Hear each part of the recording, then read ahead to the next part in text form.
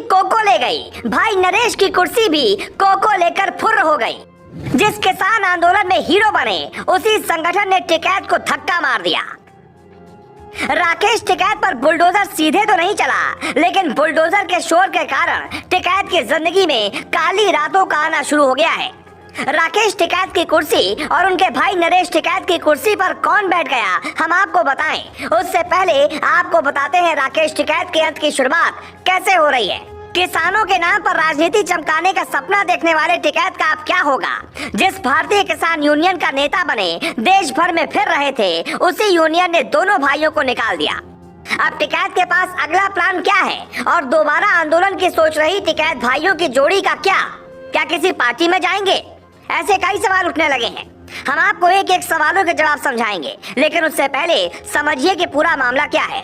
चौधरी महेंद्र सिंह टिकैत की पुण्यतिथि पर भारतीय किसान यूनियन दो धड़ों में बंट गई। भारतीय किसान यूनियन के उपाध्यक्ष राजेश सिंह चौहान ने भारतीय किसान यूनियन अराजनैतिक बना ली और दोनों भाइयों को यह कहते हुए छोड़ दिया कि ये राजनीति करने वाले लोग हैं। किसी भी किसान संगठन को सियासत से मतलब नहीं होता, लेकिन यूपी चुनाव के दौरान नरेश टिकैत ने सपा आरएलडी गठबंधन को समर्थन देने की बात कही और यहीं से बात बिगड़ना शुरू हो गई थी। दरअसल राकेश टिकैत उन लोगों में शामिल थे जिन्हें लग रहा था योगी वापसी नहीं करेंगे, लेकिन जब योगी वापस आ गए तो ऐसे लोगों की बोलती बंद हो गई। फिर टिकैत हवा फैलाने लगे कि आंदोलन होगा, लेकिन चुनाव में एक पार्टी के समर्थन की बात कहने वाले टिकैत की चाल सब समझ चुके थे। सब लोग ये जानते थे कि इनका विरोध कृषि कानूनों का नहीं बल्कि बीजेपी सरकार का है। वो मोदी योगी की जोड़ी को बर्दाश्त नहीं कर पा रहे। वो विरोध के नाम पर अपनी राजनीति चमकाने के चक्कर में है। चर्चा तो ये भी थी कि टिकैत किसी पार्टी में शामिल हो सकते हैं। हालांकि पार्टी छोड़िए, अब तो उनकी हालत ना घर के रहे ना घाट वाले हो गई है।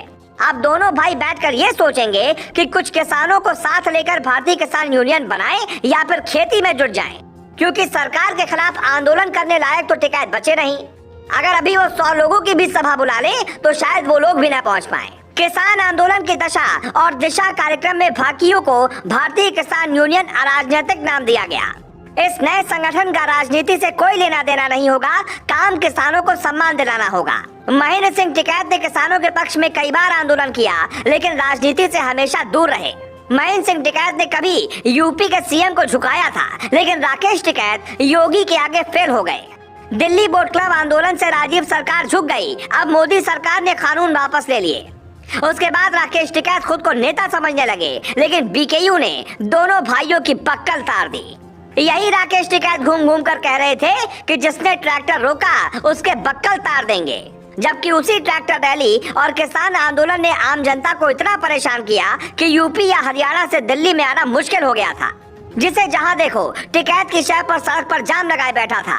सीएम योगी और पीएम मोदी को लेकर तो इतने मुखर रहे थे कि कुछ भी बोल देते थे, लेकिन टिकैत शायद ये भूल गए थे कि पीएम मोदी बेशक माफ कर दें, लेकिन योगी कभी किसी को माफ नहीं करते।